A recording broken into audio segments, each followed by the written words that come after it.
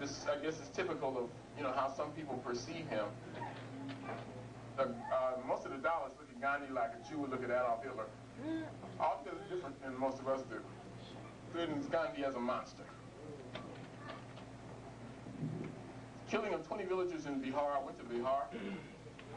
That's what I encountered. Bodies piled on a trailer. I was out in that field. Wow. The private army of landlords targeted women and children, and the manner in which the crime was committed was particularly gruesome. You don't want to know the details. And that's the kind of stuff I saw. This is a statue of Dr. B.R. Ambedkar, the great national leader of the Dalits. The headquarters of the Maharashtra Dalit Panthers, named after the Black Panther Party for self-defense. This is yours truly, on my first trip. I think I've changed very much. And this is Mr. V.T. Rashidi. I'm interviewing him in a hotel in Hyderabad, the Presidente Hotel.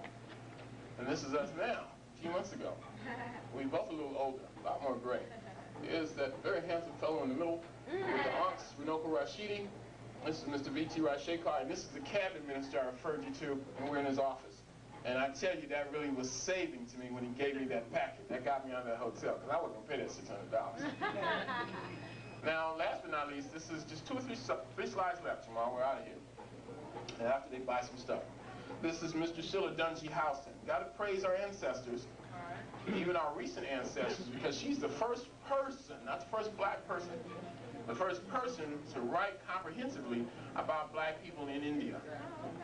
And she happens to be a sister. And that work was published in a volume called Wonderful Ethiopians in the Ancient Kushite Empire. It was published in 1926. You should get a copy of it. In Oklahoma City, Oklahoma. Black woman, Sheila Dungy Houston. Tough sister. And these are three of the men in my life. This is John G. Jackson, who I knew personally. And I would sit and talk to. We talk about India. We talk about everything. And a remarkable man. And he's an ancestor now. And also an ancestor is Dr. Chancellor James Williams. I never met Chancellor Williams, but I talked to him over the telephone. We corresponded a little bit. And he's the author, of course, of The Destruction of Black Civilizations. And my current favorite, and this is the great John Henry Clark. Now, I did a presentation, and the tape is over here, too. Just a little audio tape. In New York City, before I went to India for the ASCAC conference. And they gave me a plenary session. They gave me an hour and a half at City College, New York, at 1 o'clock on the opening day of the conference. Prime time, the joint was packed. And I felt I was at my best. I did a presentation on great African historians, profiles of character. And I dedicated my remarks to Dr. Ben and Dr. Clark. Now, Dr. Ben was in Egypt at the time, and I'm pretty close to Dr. Ben, too. I saw him a couple weeks ago in New York. He's lost a lot of weight. And I said, where's Dr. Clark? Nobody knew. Well, I dedicated my remarks to him anyway. So halfway during the presentation, somebody handed me a note, and they said, Dr. Clark is in the audience, and he wants to come on stage. So I said, okay, everybody, we're going to stop. John Henry Clark's going to come on stage. And they wheeled him up, Lynn Jeffries, in a wheelchair. And I did this presentation, and Dr. Clark sat right behind me. That whole presentation. And after it was over, he left. He never came back to the conference. I thought, hey, I was honored. That was a big deal. Dr. Clark always encouraged me. I said, man, well, some of these people don't seem to perceive themselves as Africans. He said, don't worry about it. He said, when Africa becomes strong, there's going to be a whole lot of people even identifying as African. So don't worry, just keep on doing your work. So he's 84 now.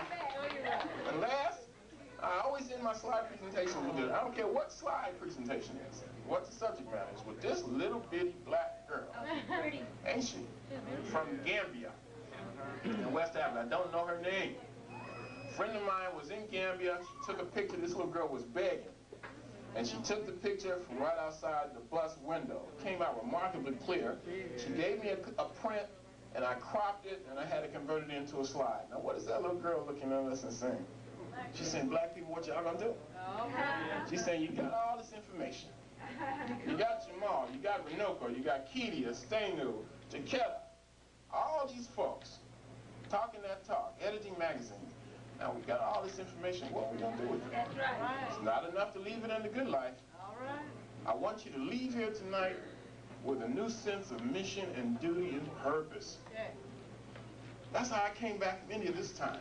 My first trip, I was depressed for 6 months.